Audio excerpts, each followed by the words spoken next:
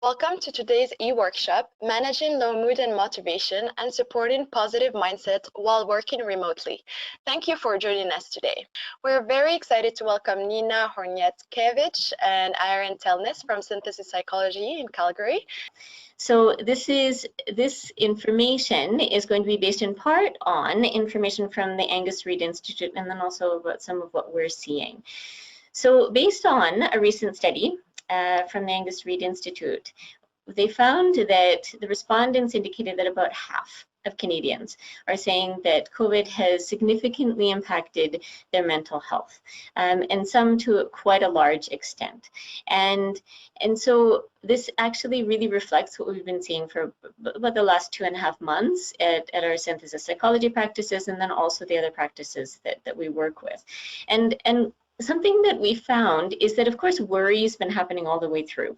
And anxiety was what people started with primarily, but over time, we've seen an increase in people talking about the cumulative effect, lower mood.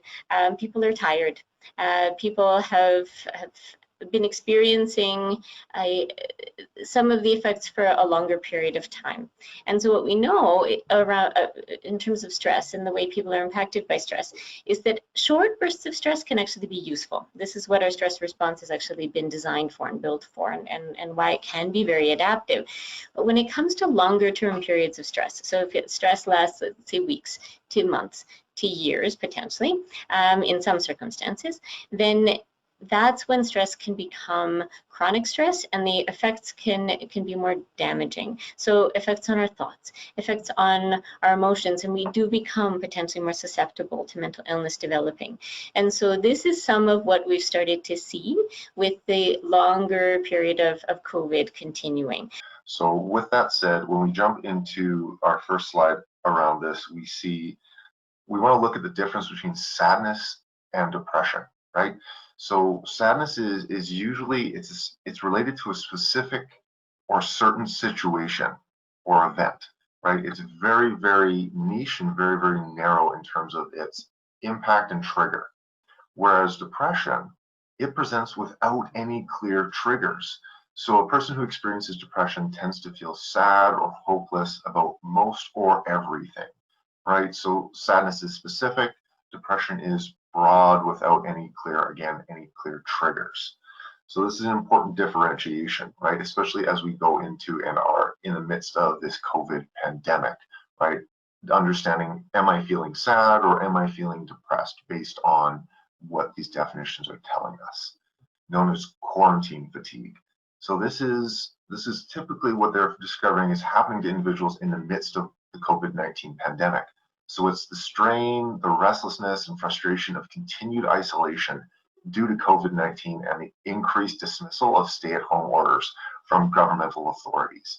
So people have two different responses, or two broad responses to this ongoing quarantine. So they're either experiencing depression and staying in, right, feeling very unmotivated, loss of energy and inability to kind of act and engage in their life, or they're experiencing frustration and going out. They're just getting tired of it, and they're just seeking kind of more social engagement, because at the end of the day, we are all highly, highly social creatures. We are socially wired, and that limitation on social engagement really puts a strain on us. So some other things to highlight is that quarantine fatigue can be exacerbated or worsened by the following, right? So low rates of physical activity, right? So a lot of us have transitioned to this working from home situation, which even if we simply just remove our commute time, right? That's a little bit of physical activity in certain situations, right? That's gone now, right? So same with changes in family dynamics. The parents are home as well as the kids in often cases, right? Lack of social connection, which I already spoke to. That financial hardship, right? Individuals may have been experiencing a reduction in their working hours, their contracts might have shifted, or they may have been laid off, which increases that financial hardship. And then obviously just work-related stress and managing that transition from working from home now. So moving along, I want to talk a bit more about productivity and remote work during COVID-19. So when we look here, what we're understanding is that Optimal employee engagement occurs when employees spend 60 to 80% of their time working off-site or remote. So what stats are telling us is that remote work actually leads to greater employee engagement. Remote workers are 20 to 25% more productive than their on-site counterparts. And 85% of businesses say that implementing flexible work has made their company more productive. Now, in terms of additional things that can help to propel us to support our mood and to support also resiliency, because this isn't only about supporting mood, let's say in the short term, but also helping us over the extended period of time that COVID might continue to have some effects. So supporting, let's say, each other through support networks and team development. So this is about having opportunities to connect with each other in positive and collegial ways, let's say. So this could be, for example, getting a chance to have these kinds of daily huddles that I know we're having, for example, in our workplace. It's not that a daily huddle with everyone is necessary in all circumstances. Sometimes it's a weekly huddle, depending on the nature of your connection with people. But getting to connect, having those touch points goes a long way. So I know, for example, with our admin team, we do have a daily huddle. And in a lot of ways, it helps with the collective brain power too, because people have a lot on their minds. So it really, really helps with thinking about, okay, so each person gets to go around quickly and say, okay, these are my P1s, my priority 1, priority 2, priority 3 for the day. And then if there's support that people can provide, then we can exchange ideas on how to do that. And getting to connect with people in other ways. I know we're using MS Teams to message each other on keeping up to date. And so some of these kinds of ways of connecting go a long way, and even in personal lives, obviously connecting with people who, let's say family members or friends, and being able to see how people are doing and extending that kind of a connection really, really helps to support happiness and self-care. So self-care, of course, gets talked about. We know self-care is important. We certainly hear about it. It's another thing to actually integrate it, especially when there's a lot that people are trying to manage. So on the next slide, there are some ideas to help us, because of course it's that idea of putting the mask on first. In a lot of it's an interesting time to use the mask analogy, but putting the protective mask on ourselves so that we can also help to protect and support others. So the foundational basics, supporting our physical health. There is no difference between physical health ultimately and mental health and psychological health. We are integrated systems. So if we can support our physical well-being by eating nutritious food and getting some activity, and potentially even going on responsibly distant walking meetings, even if we're not physically in the same space. There are ways to help to support our physical well-being, and that definitely helps to support mood and productivity, and getting rest also is very, very important. And also helping to support our thoughts. So things like acceptance. So everything from accepting that this is how things are right now.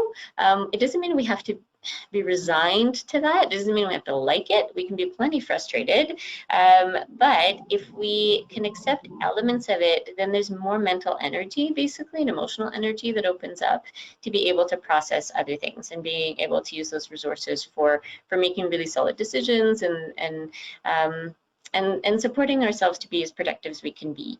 And also having reasonable expectations of ourselves and of others goes a long way. I know sometimes it's easier said than done, but it's important because people are thinking through a lot and are going through a lot. Adapting, seeing opportunities for growth through these challenges and getting to acknowledge some of those. What are some things that, like we were talking about, some things we're proud of, both about ourselves and our responses, but then also in terms of what we're seeing other people doing, and also looking for silver linings. Things like adjusting our lives for the common good, and knowing that there are some shared experiences in this, and so there are some benefits to getting to acknowledge that. So one of the first concepts I want to talk about, it's actually pulled from an old Mark Twain quote. So eat a live frog first thing in the morning, and nothing worse will happen to you the rest of the day. So this was actually pulled from a motivational speaker by the name of Brian Tracy. And really at the core of it, it's just saying, take the opportunity to complete the most challenging tasks in your day first, right? Then the remaining tasks will seem less arduous. So it's really all about organize and rank those tasks into a set, say 6 important tasks down for your day, and really start to rank them most challenging to least challenging, and then ultimately complete the most challenging task first, then the second most challenging, and so on until completion. And so the reason behind this is that obviously at the most challenging task is not only going to be potentially lower in terms of your motivation to do it because it's more challenging, but also it's going to take up more energy. So you really want to spend your energy at the front end so that as your energy drains or you expend your energy throughout your day, you're only required to use a lesser energy on those lesser challenging tasks.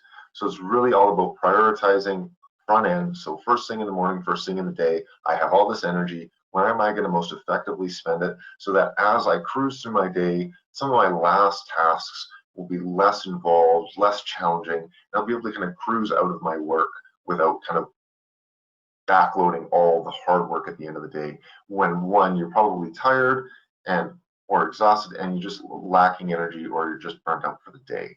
We're going to talk about a third technique known as the Pomodoro technique. So for anyone who has potentially heard of this technique, it got its name from the developer who used a tomato-shaped timer, a Pomodoro. So what we see in the Pomodoro technique is when faced with any large task or series of tasks, break the work down into short timed intervals that are spaced out by short breaks. So really, you're breaking it up typically into 25-minute chunks. And through this breaking up, you improve your focus training for your brain, and it can also improve attention span and concentration. So again, when we look at the strategy, it's choose a task to be accomplished. Set the Pomodoro to 25 minutes. Work on the task until the Pomodoro rings. Then put a check on your sheet of paper. So this is really important. You need to have tangible outcomes and rewards for completion of the task. So if you just go, oh, I completed the task in your mind, that's hard for your brain to recognize that that was an achievement and that feels good. It's cross it off the list, throw the piece of paper out the window, burn it, whatever you got to do, signal to your brain that you completed the task in a very tangible way. Then take a short break. So 5 minutes is typically okay, right? Reset, recharge, get set up for that next task. And at the end of the day, every 4 Pomodoros, take a longer break. So again, allowing your brain to fully recuperate, recenter, and then move forward. The whole of supporting productivity. So as you can see, there's a whole bunch of ideas to consider. And so some things you might want to integrate is, for instance, starting meetings with check-ins. How are you doing? Make it personal, right? What's one word that you can describe or characterize how COVID has affected your work life? So it's not just jumping into work immediately. It's personalizing and connecting with people on an intimate and personal level wherever you can and wherever is appropriate. So a second idea is identify motivators, right? We all have individual motivators. And so when we work as a team, it's really important to talk about those motivators and talk about where they may be different and where they may be the same. Because where they're the same, then individuals can align and work towards a common goal with common energy, right? And so collaborate, leverage collective mental resources. We are all carrying an Atlas stone in this pandemic. So we all have a little bit of our energy and attention pulled away from whatever task, whatever work we're engaged in. So we need to leverage our comrades, our colleagues, and help and use everyone's mental resources to solve problems together so we get to spread out that energy expenditure. So we want to keep meetings on track. Consider being even more disciplined around agendas and meeting process rules, right? Consider shorter meetings to keep participants laser focused on tasks at hand and reduce video meeting fatigue. So again, short and punchy meetings. right? Know what you're talking about, get through the agenda, and then exit the meeting. Don't have it drag on, because again, people are having to engage and spend energy, and that can be really, really challenging if that's happening consistently and when those meetings kind of go off track.